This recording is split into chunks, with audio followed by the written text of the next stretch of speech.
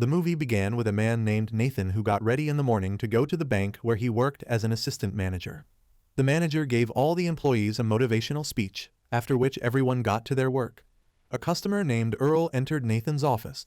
His wife had died recently, and he was not able to pay the loan on time. Nathan told him that he would give him some more time to complete the insurance documentation of his wife.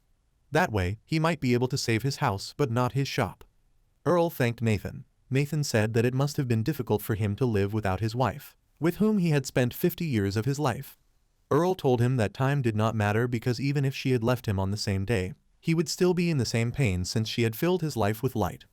After some time, Nathan was making coffee for himself and was pouring it into his cup when suddenly an intern named Sherry came there and tapped on his back. Nathan was shocked, and the hot coffee fell on his hand. Seeing that, Sherry apologized and looked at his red hand. Nathan told her that it was fine and went to his office to apply medicine on his hand. Sherry came into the office again to apologize, saying that she might get fired because of her mistake. But Nathan told her that it was all right. To compensate for it, Sherry invited him to lunch with her. Nathan first hesitated but then went with her for lunch. They ordered their food. Sherry ordered a cherry pie, while Nathan ordered a vanilla milkshake, saying that he was not hungry. Their order came. Sherry began to eat her pie and also tried to feed it to Nathan. But Nathan refused and told Sherry that he could not eat hard things. He told her that he had a genetic condition called SIPA, which stood for congenital insensitivity to pain with anhidrosis, due to which he could not feel pain. Therefore, if he ate anything hard, he could bite his tongue without even noticing, so he only ate liquid things in his diet. Sherry said that it was a superpower, but Nathan disagreed, saying that it was a threat because people with such a problem had a life expectancy of hardly 25 years, and when his parents found out about his condition, they began to keep him at home all the time. Sherry looked at him and told him that there was no benefit in living such a life in fear, and then she fed him a bite of cake, saying that she would take care if anything bad happened. Nathan ate cake for the first time and liked it very much. Before leaving, Sherry again invited Nathan to an art show, but Nathan decided to stay home, playing a game with his online friend named Roscoe. Nathan talked to him about Sherry. Nathan told him that he would not go to meet her again because he was not an interesting person.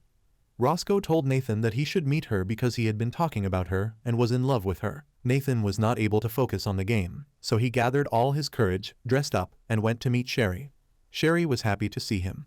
She had her paintings set on exhibition there. Nathan praised her paintings. Then they went to sit around a table. Sherry and Nathan were talking when a boy from Nathan's high school called him Novocaine and laughed, saying that he thought Nathan might have died a long time ago, but was still alive. He laughed at Nathan and left. Sherry was surprised to hear that. Nathan told her that when the students in his school came to know about his condition, they made fun of him and used to beat him because he could not feel pain, and that boy was one of them. Then the alarm on his watch began to ring, and Nathan stood up to go to the washroom. Sherry asked him about the alarm. Nathan told her that the alarm reminded him that he needed to go to the washroom because he could not feel pain even if his bladder was full, and therefore it could rupture. When Nathan came back from the bathroom, he saw his high school fellow sitting beside Sherry and laughing with her. Nathan felt sad looking at them. Sherry told them that they should forget the past and cheer up and get a drink. She had already ordered drinks for them. Nathan's high school fellow began to drink his drink and started coughing hard because Sherry had ordered a hot chili sauce drink. It was revenge that Sherry took from him on behalf of Nathan. After that, Sherry and Nathan laughed and went to his house. The next morning, Nathan was very happy. He chewed his breakfast for the first time and went to the bank. While they were working, suddenly 3 men wearing Santa Claus uniforms came inside the bank and took out their guns, firing shots into the air. Their leader, named Simon, grabbed the manager of the bank, pointed his gun at him, and told him to open the locker. The manager refused, saying that he had already clicked on the alarm and that the police could arrive at any time, so they should leave. Hearing that, Simon became angry and began to beat the manager ruthlessly. During the beating, Simon's fake mustache slipped down, revealing his face, and the manager saw him.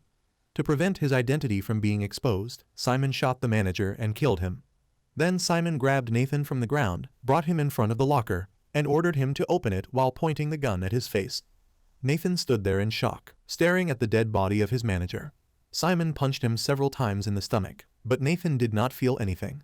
Simon decided to use another method. He dragged Sherry forward, slapped her, and pointed the gun at her head.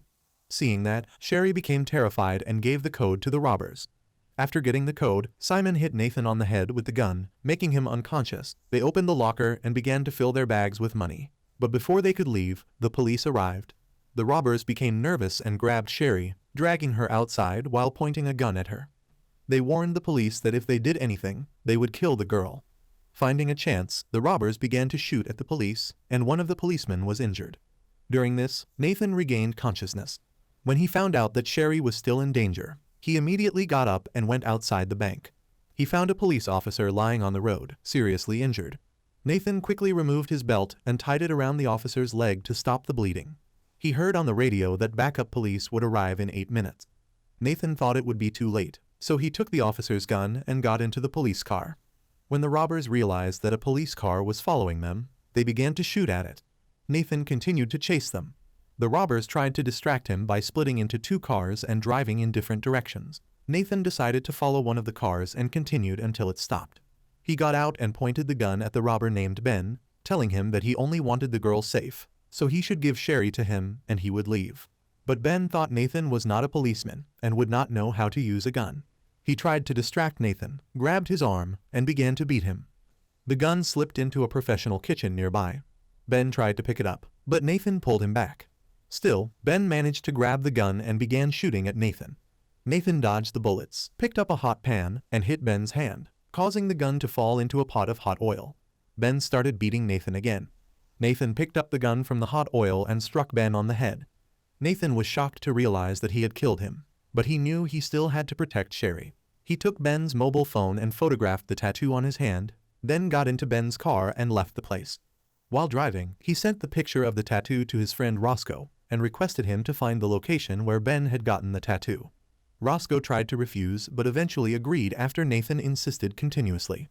On the other side, the police had surrounded the bank and were suspecting Nathan of being involved in the robbery because he was missing after the incident. Nathan went to Earl's hardware shop. Earl was shocked to see Nathan injured and told him that he should call an ambulance, but Nathan stopped him and said that he did not have time. He took a cutter from the table, removed the bullet from his arm himself, and placed it on a plate. Seeing that, Earl was shocked, wondering whether Nathan was even human. Nathan used glue to close his wound and injected himself with an adrenaline shot to keep himself awake.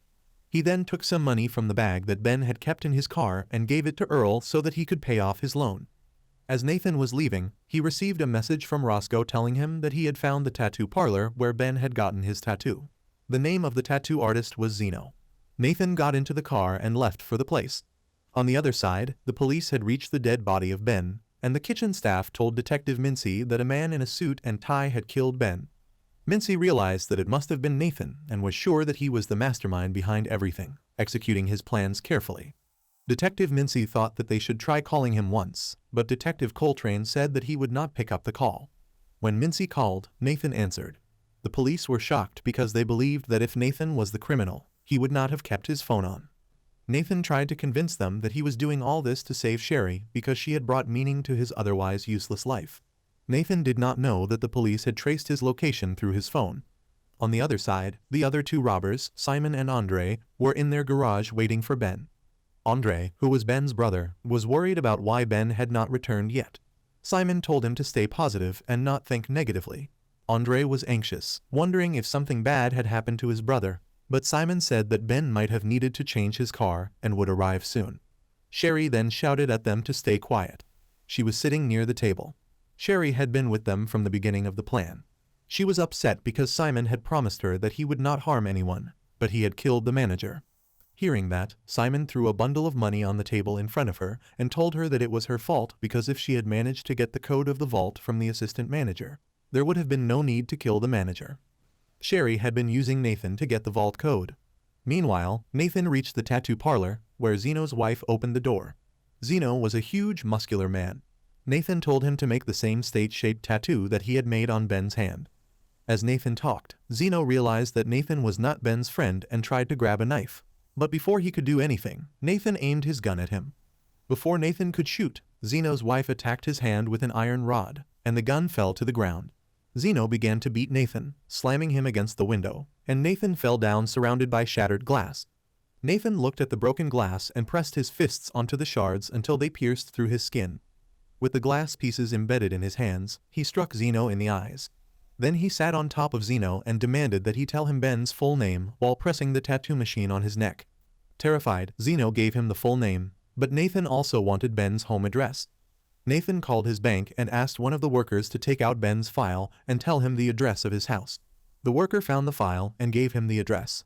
Nathan wrote the address on his hand with the tattoo machine. On the other side, Andre told Simon that he wanted to go to Ben's house because he was worried about him, not knowing that Nathan had already reached there. Nathan entered Ben's house and began to search for clues that could help him find Sherry. The house was filled with traps. He accidentally stepped on one, and an arrow pierced his leg. He tried to pull it out but failed and decided to keep moving. He found a uniform from an automotive shop and realized that Ben might have been working there. Nathan prepared to leave for that place, but before he could go, he accidentally stepped on another trap and became hung upside down from the ceiling. He had no time to waste, so he called Roscoe and asked for help.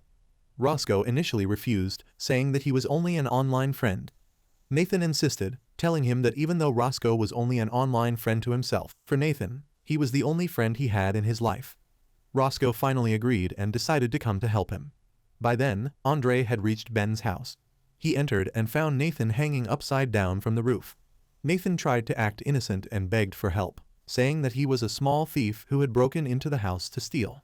But Andre noticed the address tattooed on Nathan's wrist and realized he was lying. At that moment, Andre received a call from Simon, who told him that a man in a suit had shot Ben to death. Now Andre was certain that the man who killed his brother was the one hanging in his house. Andre did not want to kill Nathan immediately. He wanted to torture him to death. He began torturing Nathan using different weapons, and Nathan pretended to scream in pain even though he could not feel anything.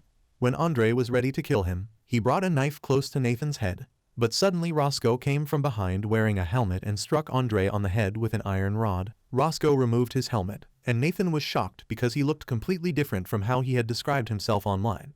Roscoe had told him that he was a 6-foot-tall man with a beard and long hair, but in real life, he was a big bald man.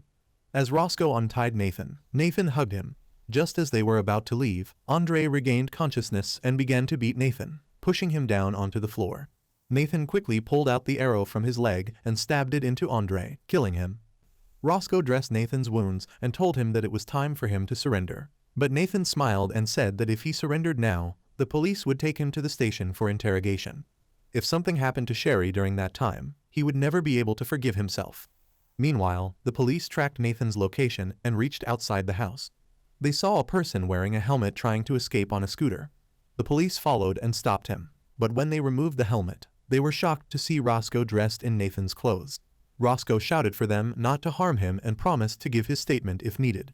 At the same time, Nathan reached outside the automotive store.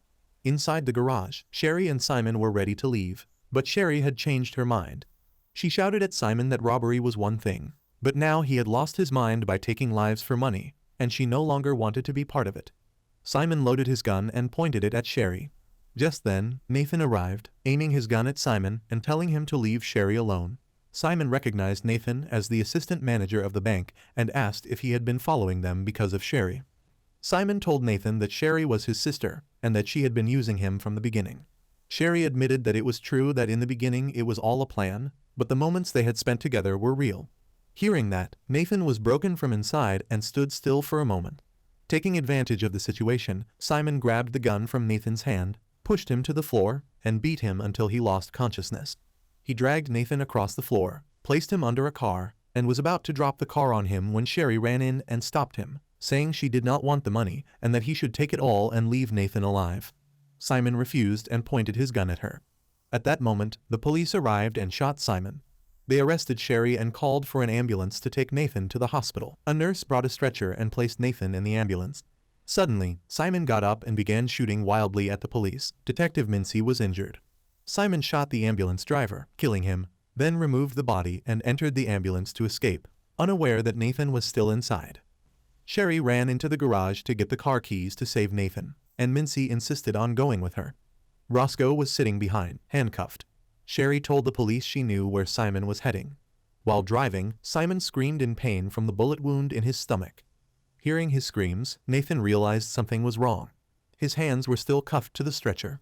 When the ambulance took a sharp turn, Nathan fell off the stretcher, and Simon noticed his presence. Looking through the window, he saw Nathan and searched his bag for a gun. Nathan took a fire extinguisher and dislocated his thumb to free himself from the cuff. Simon fired from the window, but Nathan had already freed himself and moved from his position. Losing control of the ambulance, Simon dropped his gun inside the vehicle. Nathan quickly grabbed it and tried to shoot Simon, but the gun had no bullets. Seeing that, Simon laughed. Meanwhile, Sherry told the police that Simon might be heading to the docks, as they had planned to escape by boat. Inside the ambulance, Nathan saw a defibrillator, charged it, and placed it on his chest. After the current entered his body, he pressed his hand against Simon's face, giving him an electric shock. Simon lost control of the ambulance, and it overturned on the road. Simon quickly got out and attacked Nathan. At that moment, Sherry and the police arrived. Detective Mincy, who was injured, handed her gun to Sherry and told her to kill her brother no matter what. Sherry took the gun and told Roscoe to take Mincy to the hospital. Meanwhile, Simon had beaten Nathan badly and prepared for his final attack. Sherry appeared and shot at Simon from behind. Simon dodged the bullets, grabbed Sherry, and began to beat her. Seeing this, Nathan dragged himself and injected an adrenaline shot. Simon was strangling Sherry when Nathan came from behind and killed him by stabbing him with an iron rod.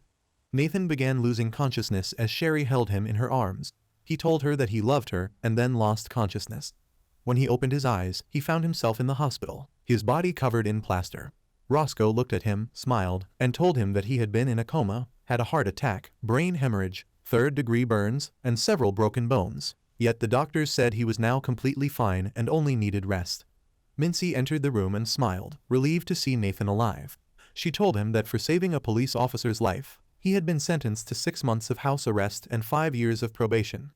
The movie ended with Nathan getting ready and going to jail with a pie cake to celebrate his first anniversary with Sherry, who was set to be released from jail in 8 months.